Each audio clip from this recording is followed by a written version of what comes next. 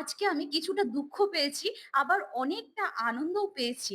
দাদাগিরিতে finally আবার আমি যেতে পারলাম এবং দাদাগিরির মঞ্চে কি ঘটলো, দেবদা কি করলেন, কিংবা আরো কি ঘটলো পরবর্তীকালে A to Z সবটা তোমাদের সঙ্গে আমি শেয়ার করব। অলরেডি আমার চ্যানেলে একটা ভিডিও চলে এসেছে, তোমরা দেখেছো, সেটার বিষয়েও কিছু কথা বলব। সবটাই তোমাদের জন্য। আজকে দেবদার বিষয়ে এমন কিছু কথা বলব যেটা তোমরা অনেকেই জানো না, এমন কিছু ঘটে গেছে। যেটা সত্যিই আমি মানে সাক্ষী থাকতে পেরে জাস্ট অবাক। তো সবটাই জানতে পুরো ভিডিওটা চোখ রাখো, স্কিপ না করে কন্টিনিউ দেখতে থাকো, সবটাই জানতে পারবে।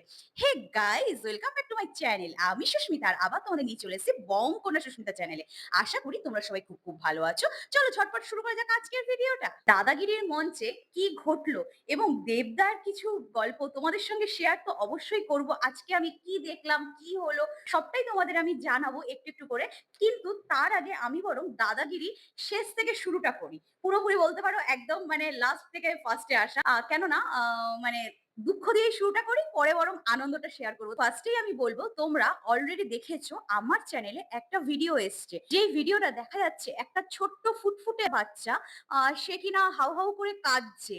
হ্যাঁ, এবং সে কি বলতে চাইছে তোমরা ভিডিওটা একটু ভালো করে দেখলেই বুঝতে পারবে। আমি এক্সাক্টলি এইটা নিয়েই তোমাদেরকে আগে একটু বলি। বাচ্চাটির নাম ত্রিজিৎ দে, আর তার ডাক নাম দেব।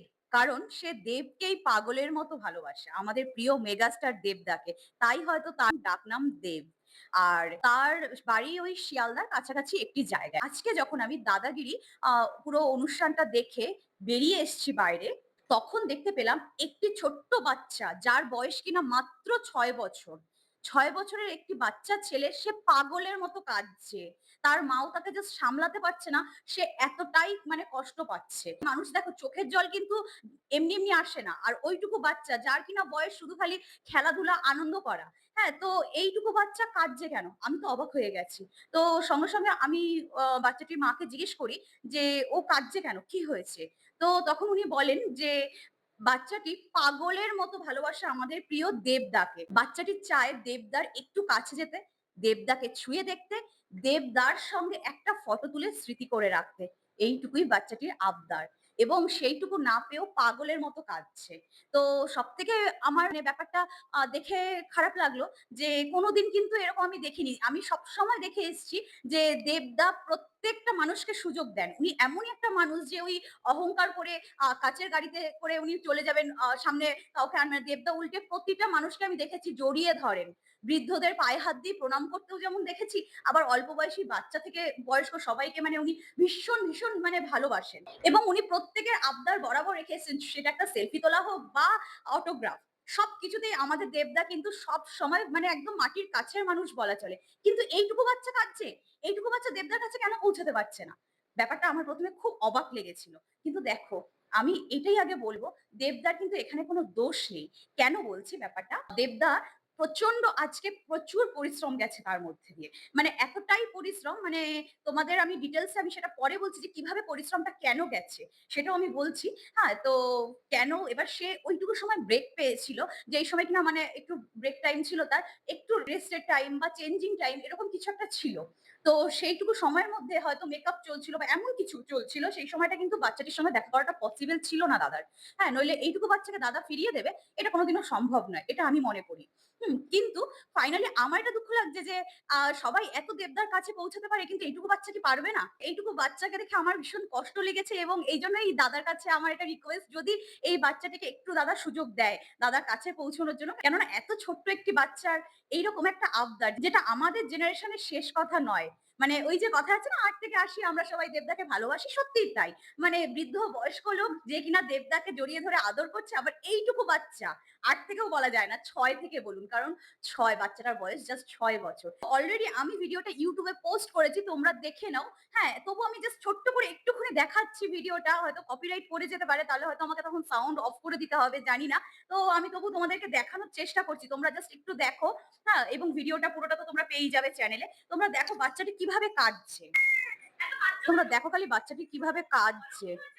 ওকে কিন্তু স্পষ্ট তোমরা দেখতে পাবে ভিডিওটা দেখলে যে কিভাবে ওর চোখের মধ্যে জল। হ্যাঁ, কিভাবে কাঁদছে মানে দেখলে সত্যিই আমার ভীষণ মায়া লেগেছে, দুঃখ হয়েছে যে এইটুকু বাচ্চা এইভাবে কাঁদছে। দাদার কাছে একটু যেতে চায় বলে এইভাবে কাঁদছে এইটুকু বাচ্চা।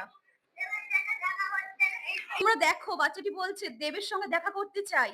হ্যাঁ, তো আমি পুরো ভিডিওটা দেখালাম না। তোমরা দেখে নাও চ্যানেলে। বাচ্চাটির আবদার দেবদার সঙ্গে একটা ছবি তুলতে চাই। তো এইরকম এইটুকু মিষ্টি একটা ছোট্ট বাচ্চার আবদার। দেবদার কাছে আমার এটাই রিকোয়েস্ট দাদা এই বাচ্চাটিকে অন্তত সুযোগ দিও একটু তুমি। কেননা এইটুকু বাচ্চার এইরকম একটা আবদার, এত মিষ্টি একটা বাচ্চা। একটু যদি সুযোগ পায় বাচ্চাটি আমারও খুব ভালো লাগবে। এইটুকু বাচ্চার চোখের জল হয়তো সত্যিই দেখা যায় না চোখে। এবং মানে ভালোবাসার মানুষটাকে এতটাই ভালোবাসে তাকে একটু ছুঁয়ে দেখতে পাচ্ছে না বলে সেইজন্য এতটা কাঁদছে। বাচ্চাটি কিন্তু দাদাগিরি অনুষ্ঠানটায় গেছিল এবং দর্শকের আসনে বসে দেবদাকে দেখতে পেয়েছে। দেবদাকে দেখতে পায়নি তা না। কিন্তু তার আবদার সে দেবদাকে একটু ছুঁয়ে দেখতে চায়, দেবদার সঙ্গে একটা ফটো তুলতে চায়। বাচ্চাটি যদি সুযোগ পায় আমারও ভীষণ ভালো লাগবে। এইটুকুই আমার বলা আর কিছুই না। বাচ্চাটি কিন্তু দেবদাকে এতটাই ভালোবাসে, দেবদারকে দেখে সে নাচ দেবদার মতো করে করতে চায়। কিছু নাচও করেছে। আমি তার ভিডিও কিছু দেখেছি Instagram এ। সে কিন্তু দেবদার মতো করে নাচে বিভিন্ন গানে এবং আ দেবদাকে মানে এতটাই সে ছোট থেকে ভালোবাসে। আমি তার মার মুখে গল্প শুনলাম, সে নাকি রাত্রে বেলা স্বপ্নেও দেবদাকে দেখে এবং মানে লাফিয়ে, লাফিয়ে ওঠে দেব, দেব করে। হ্যাঁ, এতটাই পাগলের মতো ভালোবাসে এইটুকু বাচ্চা। তো দাদা প্লিজ তুমি যদি আমার এই ভিডিওটা দেখে থাকো, প্লিজ তুমি বাচ্চাটির সঙ্গে একটু যোগাযোগ করো। ওর মার কনট্যাক্ট নাম্বারও আমার কাছে আছে। যদি পসিবল হয় একটু বাচ্চাটাকে সুযোগ দিও। এইটুকুই আমার রিকোয়েস্ট আর কিছু না। এবার আমি বলি দাদাগিরির মঞ্চে দেবদার এত পরিশ্রম কেন হলো বা বাচ্চাটাকে সময় দিতে পারল না কেন দাদা সেই বিষয়ে একটু কথা বলি তোমাদের সঙ্গে। তার আগে আমি বলি থ্যাংকস টু সায়ন্তন ভাই। দাদাগিরিতে হয়তো নইলে আমি হয়তো অন্যভাবে অন্যদিন হয়তো পৌঁছাতাম। বাট আজকে আমার পৌঁছানোটা কোনোভাবে পসিবল ছিল না। সায়ন্তন ভাইকে থ্যাংকস এজন্য। এবার একটু দাদাগিরির মঞ্চে কি ঘটলো, আমি কি দেখলাম সেটা একটু তোমাদের সঙ্গে যতটুকু সম্ভব আমি শেয়ার করি। সবটা তো বলা যাবে না, জানোই তোমরা তাহলে তো আ মানে অনেক বড় ক্ষতি হয়ে যাবে না? এত খরচ করে এই অনুষ্ঠানটা করা হচ্ছে। আমি চাই না কারোরই কোনো ক্ষতি হোক। যেটুকুনি বলা পসিবল আমি সেটুকুই বলছি। কেননা আমি জানি দুদিন পর জি বাংলাও এরকম এড দেবে যে এরকম, এরকম ধরনের আসছে। হ্যাঁ? তো সেইজন্য আমি ঠিক সেইটুকুই বলব। এর বেশি কিছু বলব না। কি ঘটলো না ঘটলো সবটা ডিটেইলস আমি বলব না। আ তো সেটুকুই তোমরা শুনে আপাতত সন্তুষ্ট হও। তো তোমাদের ঘরের মেয়ে, হ্যাঁ? তোমাদের ঘরের সিরিয়াল বলা চলে প্রতিদিন ঘরে, ঘরে সিরিয়ালটা হয়। তারে ধরি, ধরি মনে করি। আ এই সিরিয়ালের কিন্তু নায়ক, নায়িকা, খলনায়িকা, হ্যাঁ? প্রত্যেকে এসছিলেন। ঠিক আছে? তাদেরকে নিয়েই কিন্তু আজকের দাদাগিরিটা ছিল। এই সিরিয়ালের প্রত্যেকে এসছিলেন এবং আ তারা কিন্তু এই দাদাগিরি গেমটা কিন্তু খেলেন। আর শুধু গেম খেলেন তাই না, আ দেবদার কিন্তু আমরা কিছু পারফরম্যান্স ও এখানে দেখতে পাই। দেবদার নাচ দেখতে পেয়েছি আমরা এবং শুধু নাচ বলেই থামবো না আমি। বলতে পারো সেই ইমোশনটাকে ফিরে পাবে সেই দেশ্য জুটি। হ্যাঁ, তো দেশ্য জুটিকে ঠিক এক্সাক্টলি পাবে আমি বলব না। বাট ওরকমই কিছু কিন্তু ফিলিংস আসবে। কেননা দেবদার ডান্সটা এরকমই ছিল। হ্যাঁ, তো সবটা ডিটেইলস আমি এইভাবে আর বেশি কিছু বলা যাবে না।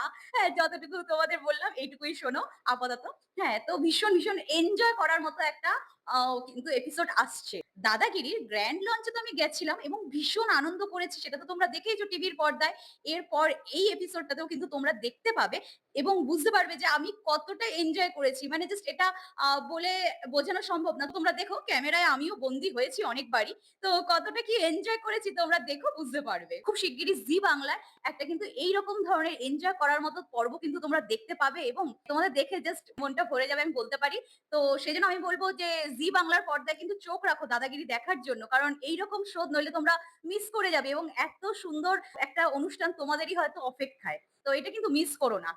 আর কে জিতলো, কি হলো বা গেমটা কিরকম ধরনের হলো, এগুলো কিচ্ছু বলা যাবে না। এগুলো জানার জন্য চোখ রাখতে হবে জি বাংলার পর্দায়। এইবার দেখো দেবদার পরিশ্রমটা যে গেছে আমি ১ম এ শুরুতেই বললাম, এত পরিশ্রম গেছে কেন কি সেটা আমি বলি। সকাল থেকে কিন্তু এই শুটিংটা স্টার্ট হয়েছে। সবাই পৌঁছে গেছে এবং অনেক স্কুল স্টুডেন্টও এসছিল। তারা সবাই ছিল। হ্যাঁ, প্রচুর গার্ডিয়ানরা এসছিলেন, অনেকে এসছিলেন। দর্শকের আসনে। সারাদিন এই শুটিংটা চলে এবং সারাদিন কিন্তু দেবদা সঞ্চালনা করেন। সারাক্ষণ তোমরা তো জানোই দাদাগিরিতে দাঁড়িয়ে, দাঁড়িয়ে শুটিংটা করতে হয় পুরো। হ্যাঁ? তো ভীষণই কষ্ট সারাটা দিন তার উপর প্রেশার পড়ছে এবং শুধু প্রেশার পড়ছে তাই নয়, মানে মানুষের তো একটা কাজ করলে ধকল তো অবশ্যই যাবে। তো সেখানেই কিন্তু শেষ হয়নি। শুটিংটা শেষ হয়েছে ওই ৭:৩০ নাগাদ। হ্যাঁ? তারপরে আমি দেখতে পেলাম শুটিং শেষ হতেই দেবদা কিন্তু বেরিয়ে গেলেন না। উনি জাস্ট মানে একটু চেঞ্জ এ গেলেন। মানে ড্রেস পোশাক সবকিছু চেঞ্জ করা, মেকআপ সবকিছু এগুলো তো ব্যাপার থাকে। তো জাস্ট উনি চেঞ্জ করতে গেলেন এবং অলরেডি সেট মানে আবার সেজে গেল কিছুক্ষণের মধ্যেই। আবার কিন্তু দাদাগিরির শুটিং শুরু হয়ে গেল। অর্থাৎ তোমরা তো খুব ভালো করেই জানো দেবদা কিন্তু প্রচুর ব্যস্ত একজন মানুষ। সে কিন্তু মানে ফুল দমে কাজ করে যাচ্ছেন 'দেশু 7' এর জন্য। 'দেশু 7' এর শুটিং অলরেডি চলছে এবং প্রচুর সে চাপে রয়েছে। টাইম দেওয়া সত্যিই তার জন্য খুব কঠিন। তো তারপরেও সে কিন্তু দাদাগিরি কন্টিনিউ করে যাচ্ছেন। তো সেই জন্যই আজকে হয়তো সে একই দিনে ডবল শুটিং করছেন। তো 7:30 মানে বুঝতে পারছো মানে সন্ধ্যে 7:30 টায় শেষ হয়েছে শুটিংটা। তো কিছুক্ষণের মধ্যেই আবার সেট তৈরি করে নেক্সট আবার শুটিং শুরু হয়ে যাচ্ছে। এবার আজকে সারা রাত ধরে কিন্তু সেই শুটিং চলবে। ওই মানে শেষ হতে, হতে আজকে কিন্তু প্রায় মাঝরাত হয়ে যাবে বলা যায়। তো মানুষের উপর দিয়ে কতটা পরিশ্রম যেতে পারে তোমরা একবার শুধু ভাবো।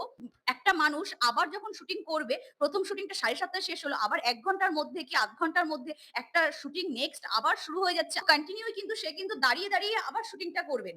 তো বুঝতে পারছো একটা মানুষের উপর কতটা চাপ পড়তে পারে? এবং শুধু দাঁড়িয়ে, দাঁড়িয়ে শুটিং করবেন তা না। তাকে তো ফুল এনার্জি নিয়ে ফোকাস রাখতে হবে ক্যামেরার দিকে। সে যদি ঘুমিয়ে, ঘুমিয়ে, ঝিমিয়ে, ঝিমিয়ে বলে সে যদি সঞ্চালনা ঠিকভাবে না করে, নিশ্চয়ই দর্শকের ভালো লাগবে না। হ্যাঁ? তো দর্শকের যাতে ভালো লাগে তাকে কিন্তু ফুল এনার্জি দিতে হচ্ছে, দিয়ে যথেষ্ট পরিশ্রম করতে হচ্ছে। তো সেই জায়গা থেকে দেখতে গেলে দেবদার উপর প্রচুর মানে চাপ পড়ে গেছে আজকে। হ্যাঁ? তো দাদা যদিও বা বরাবরই খুব স্ট্রাগল করেন এবং লড়াই করে, যুদ্ধ করে, পরিশ্রম করেই উনি বাঁচতে ভালোবাসেন। তো সেটা সব ঠিক আছে কিন্তু একটা মানুষ তো না? রক্ত মাংসের মানুষ কতই বা সয়? এটা তো ভাবতে হবে না? প্রচুর তার উপর দিয়ে ধকল যাচ্ছে। হ্যাঁ? সে যতই চেষ্টা করে যাক, লড়াই করে যাক, প্রচুর ধকল।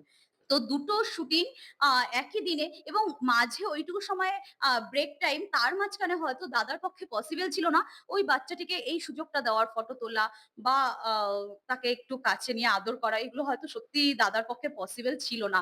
তো এটা আমি বুঝতে পারছি ব্যাপারটা। কিন্তু ওইটুকু বাচ্চা তো আর সেটা বুঝতে পারছে না, না? ৬ বছরের বাচ্চা তার আর কত জ্ঞান থাকতে পারে? হ্যাঁ? তো তোমরা বুঝতেই পারছো এখানে দাদারও কোনো দোষ নেই। হ্যাঁ, কিন্তু আমি এটা বলব দাদা যেন একটু পরবর্তীকালে বাচ্চাটাকে সুযোগ দেয় ব্যাস এইটুকুই। তো দাদাগিরির মঞ্চে এই হাসি, আনন্দ, এত ভালো, ভালো দৃশ্য সাক্ষী থাকতে পেরে ভীষণ, ভীষণ আমি আনন্দ পেয়েছি। তো এতটা ভালো লেগেছে আমি মানে জাস্ট মানে বলে তোমাদের মানে বোঝাতে পারছি না যে কতটা আনন্দ লেগেছে, কতটা এনজয় করেছি। আশা করছি তোমরাও খুব এনজয় করবে যখন তোমরা টিভিতে দেখতে পাবে। এই ভিডিওটা নিয়ে তোমাদের কি মতামত কমেন্ট করে কিন্তু জানাতে ভুলো না বন্ধুরা।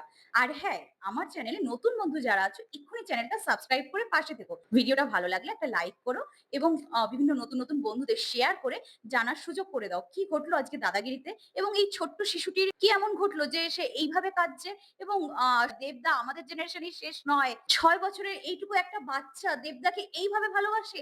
এতটা ভালোবাসা তার মধ্যে। হ্যাঁ, তো এটা কিন্তু অবশ্যই তোমরা শেয়ার করে বিভিন্ন বন্ধুদের জানার সুযোগ করে দাও। ভালো থেকো, সুস্থ থেকো। দেখা হচ্ছে আবার কোনো নতুন ভিডিওতে। ততক্ষণ অবধি টাটা।